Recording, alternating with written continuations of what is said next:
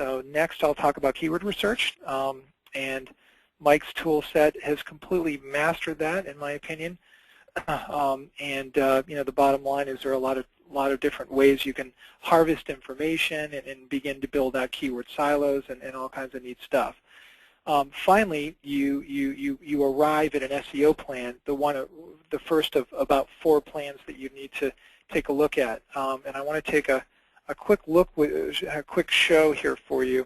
I want you to actually just take a quick skim of about 80 hours worth of work really quickly that we put in to an SEO plan. And we go through an extensive audit of the client's website. We look at analysis of titles and meta tags and meta descriptions.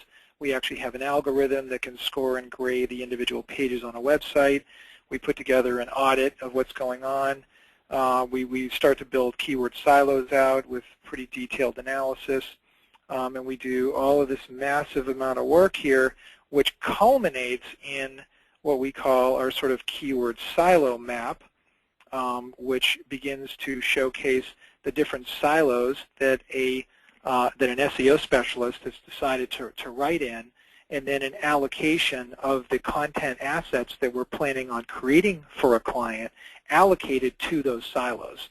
So we're building a lot of science into what we're going to write about, what the length of the articles and the quality of the content is going to be, what different article channels are, all based on quite a bit of research. So the next thing I want to look at is the content plan. And this is also culminating, this is a little bit different. What we're getting into here is some pretty neat stuff related to the actual style of the content. I'll just buzz through it really quickly. So we've got an executive summary and then an analysis of what content assets they have on their website. Then we do extensive competitive research, which honestly becomes the driver for our decisions, both with SEO maps and keyword silos on the SEO side, but also just on the content side. We need to understand what the competition is doing and go through a much deeper analysis of what's happening out there. But that tends to get rolled into some other critical elements like customer profiles. We need to know who the target audience is, what their demographic information is all about. Sometimes we get help from clients with data, or we'll go into Quantcast and Compete.com and other tools we have.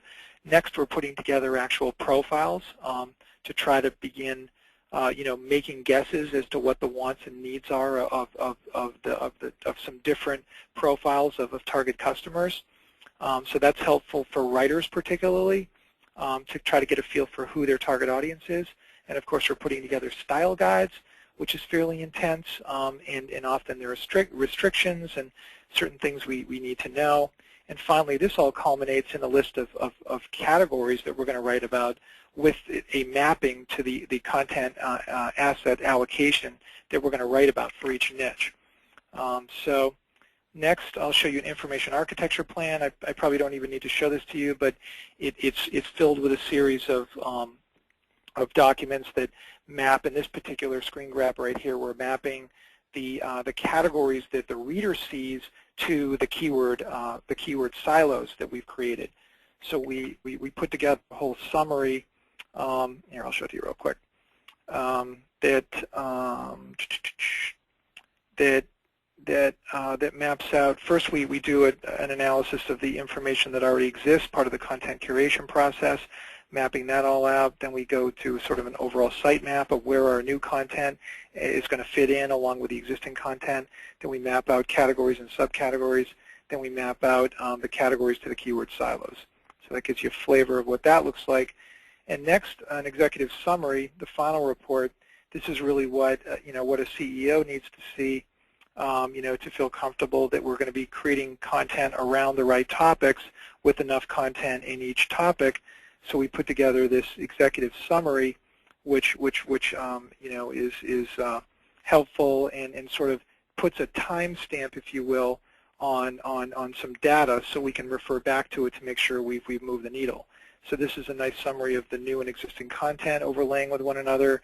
There's some graphs, but this is an interesting report where we're going in with each individual keyword silo. We're looking at the current market share for that silo, Then we're looking at the listing positions for the keywords in that silo. And then we're doing some forecasting on what type of content are we going to create. Is it going to be evergreen or seasonal?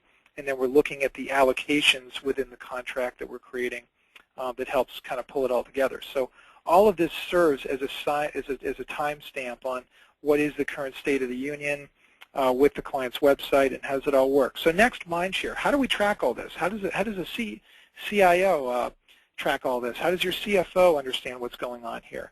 Why is this planning process important? And so the key to it is tagging the date that content was published. Only then can you really show ROI. And the type of ROI you can see is pretty dramatic. We can look at when content was published and how it affected your overall listing positions in the search engines. We can look at when content was published over a particular period of time and what the increase of traffic was. We can look at visitation of time on site and whether content you've deployed can have an impact measurement. We can look at tracking lead generation and interaction with content assets. This happens to be tracked through Salesforce. We can look at actual conversions of content interaction and content marketing, people that interacted with content and actually made a purchase on your website. So that sort of ends my effort here. In general, the planning process sets up the ROI measurement. It sets up the ability to measure success. That planning process, we can't wait to hear from Mike how you can make that easier.